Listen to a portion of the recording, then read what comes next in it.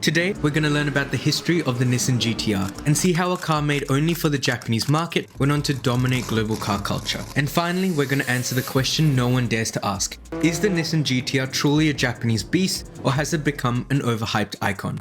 Our story starts in 1957, and not with Nissan, but with the little-known Japanese automaker called Prince. They made luxury cars for the Japanese market, but one model does stick out, and it was a little sporty sedan called the Skyline. By the mid-60s, the Skyline was giving Porsches a run for their money at the Japanese Grand Prix. Even though the little Skyline didn't see much success, it planted the seed for what was to come. By 1966, Nissan finally entered the picture when they merged with Prince.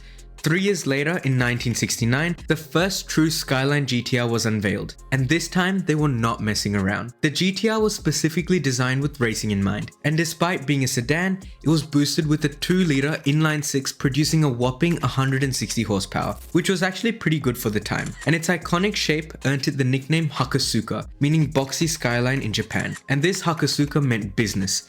It was an absolute beast on track, and ended up winning 52 races in just 3 years, but its wings were clipped when the oil crisis rolled in.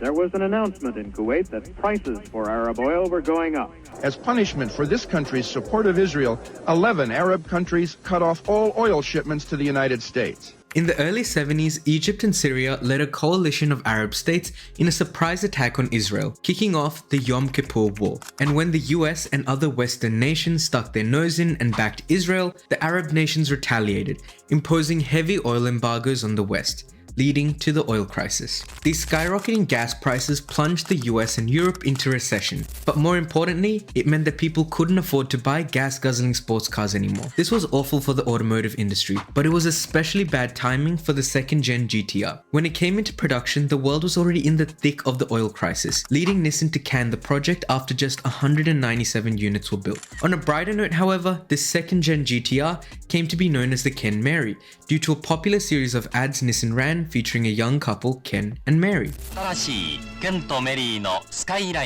For the next 16 years, the GTR nameplate lay dormant. The R30 and R31 Skylines did roll out, but they were nothing that special and were never worthy of receiving the GTR treatment. By the mid-80s, Nissan was stagnating. Their race team were no longer winning races, and sales were pretty pathetic. But their savior came in 1985. His name, Yataka Kume, the new president of Nissan Motors. Kume was not messing about. He knew that Nissan needed to stop being the cheap, forgettable car brand it had become. What they needed was aura. And how do you gain aura as a car brand? You race. And you make damn sure you win those races. Luckily for Nissan, there was a pretty popular racing category at the time called Group A, a close cousin of Group B, the insane rally series you've probably heard of. Except while the only rules for Group B were that you needed 4 wheels and maybe an engine, Group A was a lot more strict. And more importantly, the race cars actually resembled road cars, meaning that this was the perfect opportunity for Nissan to win on Sunday and sell on Monday. And in 1989, Nissan reawakened the sleeping beast.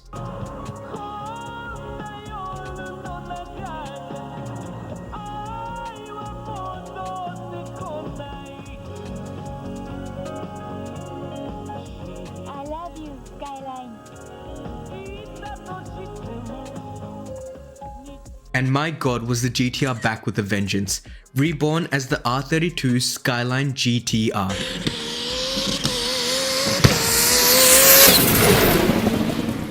This time, Nissan did not hold back. Designed to dominate Group A racing, the R32 came with the legendary RB26 engine, a 2.6-litre twin-turbocharged inline-6 that produced 280 horsepower from factory. And in race trim, the R32 produced up to 800 horsepower. But power is pretty useless unless you can actually get it onto the track. That's why four-wheel drive technology was embraced.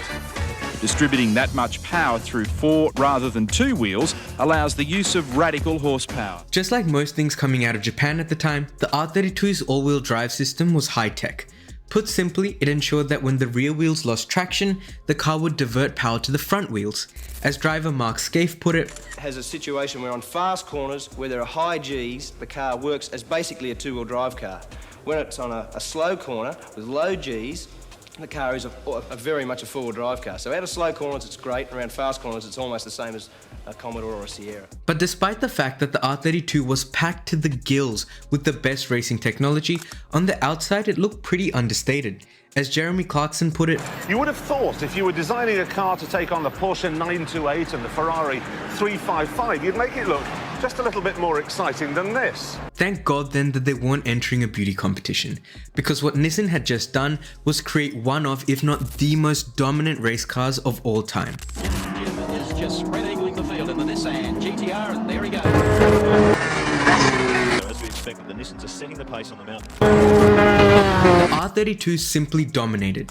Back home in Japan, the R32 won every single JTCC race it started, earning 29 wins in a row over 4 seasons. And crikey, down under, in Australia, where I live, the R32 won back-to-back Bathurst 1000 races in 91 and 92. And after the Aussies witnessed the Japanese beast lay waste to the rest of the grid, they started calling it Godzilla.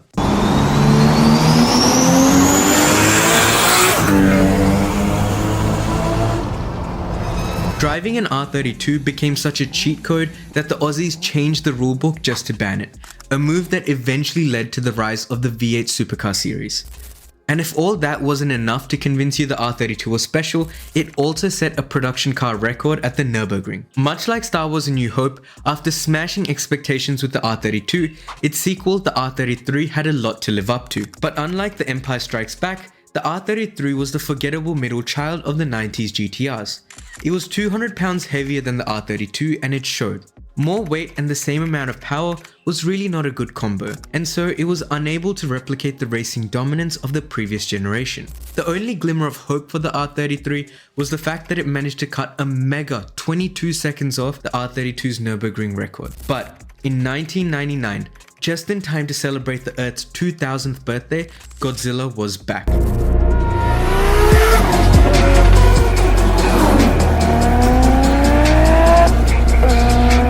And this time it looked the part. The R34 was a major improvement over its predecessors.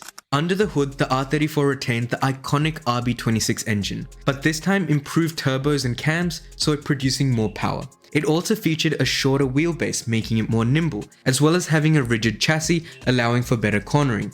Finally, to top it all off, the R34's heads-up display looked like it was straight out of a fighter jet, providing the driver with real-time engine data and even G-force readings. But what makes the R34 the true king of GTRs is its cultural impact.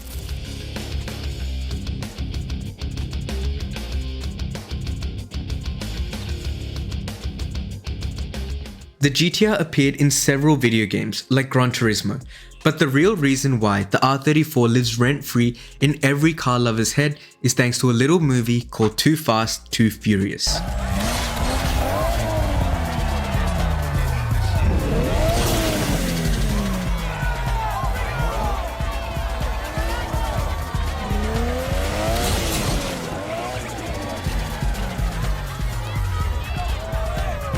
Seeing Paul Walker pull up in that iconic silver and blue R34 haunts me in the best way possible. Everyone wanted to look as effortlessly cool as Paul in his GTR. Tuners also loved the RB26 engine, with many managing to reliably crank out over 1,000 horsepower with just a few mods. But sadly for those of you living stateside, the R34 and the rest of the GTRs were made for the Japanese market only, and what that meant was they were locked behind the 25-year import rule. On the outside, everything looked like it was going well for Nissan. Despite giving us epic cars like the GTR and the Silvia, behind the scenes they weren't doing so well. Somehow only 3 of the 46 car models they sold were actually turning a profit. So when Renault purchased a major position in Nissan, their newly appointed CEO, Carlos Ghosn, axed many fan favorites, including sadly the GTR.